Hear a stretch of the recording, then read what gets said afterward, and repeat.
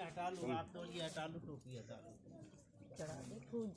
छोटे टोपी हटा लो, करिएगा उस पर करिएगा पहले ऊपर नापुस हो के ऊपर नीचे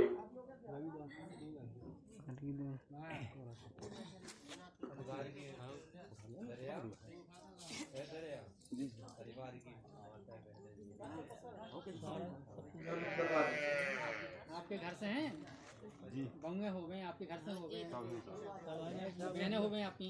कहाँ है उनको बुलाइएगा कोई ना रह जाए, कोई रह ना जाए। हाँ इस बात को ध्यान रखने को परवा का कुछ छूट ना जाए।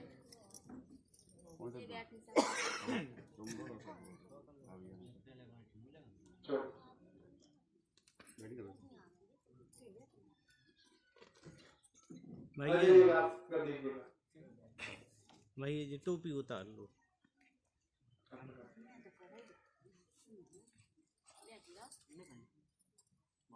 आप ही लोग यहाँ बैठना हो तो नहीं बैठना को बैठो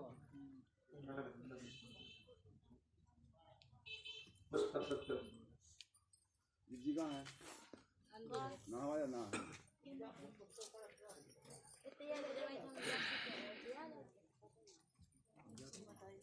सभी माता बहने आप लोग आ जाइएगा पुष्प अर्पित करने के लिए, सभी लोग आ जाइएगा टोटली, एक करके सभी लोग आ जाइएगा पुष्पांजलि अर्पित करने के लिए, सभी लोग आ जाइएगा। आ जाइएगा आप लोग, सभी लोग आ जाइएगा बारी बारी से, थोड़ा आप लोग किनारे हो जाओ, एक करके जाओ सब लोग, एक करके आइएगा। थोड़ा पहले ऊपर बता दीजिए, ऊपर ठीक है कोई भी ऊपर पहले महापुरुषों को।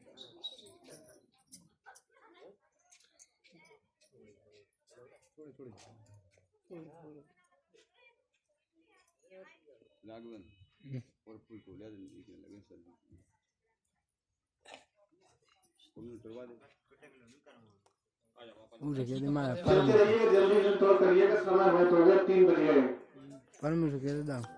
इस पर ज्यादा समय नहीं जाना चाहिए, एक जगह कर दीजिएगा बस, नीचे ही हो गया सबका, नीचे कर दीजिएगा बस, नीचे करवा एक जगह करिएगा बस,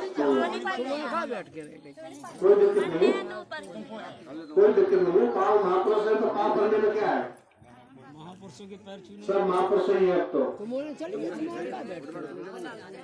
ठीक है ठीक है, एक खट्टी एकदम न डालो थोड़े थोड़े हमें जल्दी सब जल्दी जा तो चढ़ाया जाते जाते लग जा। टोपी उतार लो दद्दा, टोपी निकाल ले जा, हमने लगाई बात कर मम्मी नहीं आई छोटू बस ठीक है, दे दो ठीक है हाँ जो भी नमस्कार कर लो चलो ये कर ले ठीक है कर ले ठीक है। जाओ बेटा जाओ, जिनको जिनको जाना हो तो चढ़ा दीजिए, फूल चढ़ा दीजिए सब लोग।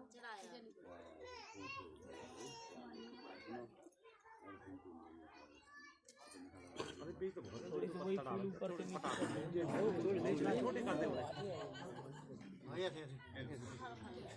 नीचे भर रखा जाओ सब वो वाले फूल या तो सब ऊपर से निकाल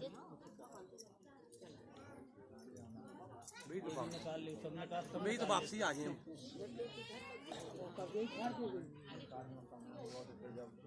साथियों आप सभी लोगों को भली भांति विदित है कि ये जो कार्यक्रम हो रहा है श्रद्धांजलि सभा का, इसमें इन घर परिवार के लोगों ने जो एक साहस दिखाया है, शायद इस देवपुर बक्सवा के बेल्ट में हो सकता है ये पहला कार्यक्रम हो रहा हो, इसके पहले शायद कोई कार्यक्रम इस प्रकार का नहीं हुआ हो।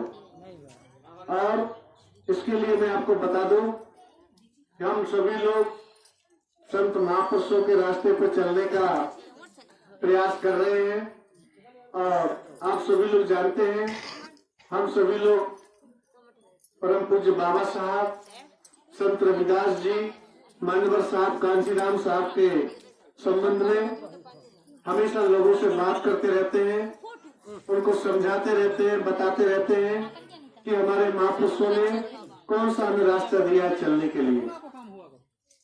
प्रत्येक आदमी अपनी बातचीत में, व्यवहार में, संबोधन में जय भीम करने का लंबे समय से काम करता है, लेकिन वास्तव में बाबा साहब ने हमें कौन कौन सी चीजें बताई हैं, किन किन चीजों पर चलने के लिए उन्होंने इशारा किया है, उन चीजों को हमें समझने की बहुत जरूरत है। निश्चित रूप से आज हमारे जो लोग हैं बड़े पैमाने पे जो उनके साथ अन्याय अत्याचार हो रहे हैं और तमाम सारी कुरीतियों में जो फंसे हुए हैं, उसके लिए दुश्मन तो निश्चित रूप से सजग है, वो हमें इसमें जंजाल में फंसाए रखना चाहता है। लेकिन सबसे ज्यादा दोषी तो हम खुद हैं जो उन सारी परंपराओं को मानते हैं, उन संस्कारों को मानते हैं। आप सभी लोग जानते हैं कि जो अंतिम संस्कार होता है, आप सभी लोग जानते हैं कि अंतिम का मतलब होता है लास्ट, इसके बाद कुछ नहीं बचता है। और अंतिम संस्कार जिसको हम कहते हैं, जब हम दाह संस्कार करते हैं उसको अंतिम संस्कार कहते हैं। उसके बाद कोई संस्कार नहीं बचता है, उसके बाद कोई भी फॉर्मेलिटी नहीं रह जाती है।